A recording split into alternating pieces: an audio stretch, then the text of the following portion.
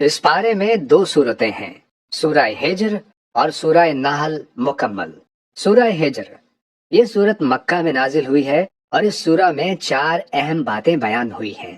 کفار کی حسرت، قرآن کی حفاظت، انسان کی تخلیق، 3 اہم قصے۔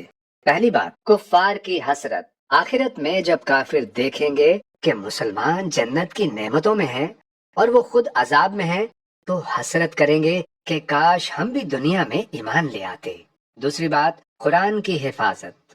اللہ تعالیٰ نے خود وعدہ فرمایا ہے کہ قرآن پاک قیامت تک محفوظ رہے گا اور اس میں کوئی تبدیلی نہیں ہو سکے گی۔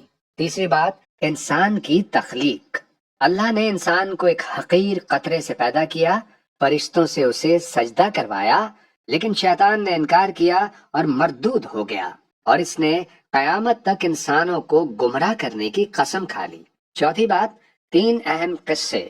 پہلا قصہ، حضرت ابراہیم علیہ السلام کو فرشتوں نے بڑھاپے میں بیٹے کی خوشخبری دی۔ آپ حیران ہوئے، لیکن فرشتوں نے تسلی دی کہ اللہ کی رحمت سے کبھی مایوس نہیں ہونا چاہیے۔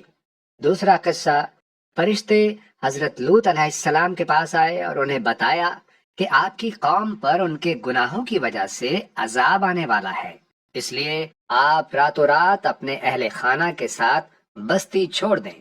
تیسرا قصہ، اصحاب ہجر یعنی قوم سمود۔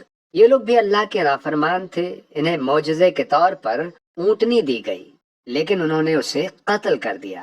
نتیجہ یہ ہوا کہ اللہ کا عذاب آیا اور وہ تباہ ہو گئے۔ اب آگے سورہ نحل شروع ہو رہی ہے۔ یہ سورت بھی مکہ میں نازل ہوئی ہے۔ توحید۔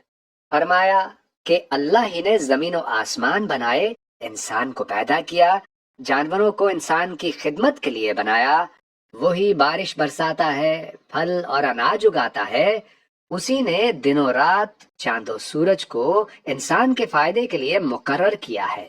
شہد کی مکھی کا نظام۔ شہد کی مکھی اللہ کے حکم سے پہاڑوں اور درختوں میں گھر بناتی ہے، پھولوں کا رس چوستی ہے اور اس سے شہد بنتا ہے جس میں اللہ تعالیٰ نے انسانوں کے لیے شفا رکھی ہے۔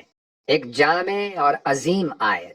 سورہ نحل کی آیت نمبر 90 میں اللہ تعالیٰ نے 3 کاموں کا حکم دیا ہے: عدل و انصاف، نیکی اور احسان، رشتہ داروں کی مدد، اور 3 کاموں سے منع فرمایا ہے: بے حیائی، برے کام، ظلم و زیادتی۔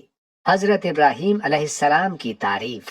حضرت ابراہیم علیہ السلام توحید پر ثابت قدم رہنے والے عظیم نبی تھے، اور نبی اکرم صلی اللہ علیہ وآلہ وسلم کو ان کے راستے پر چلنے کی تلقین کی گئی۔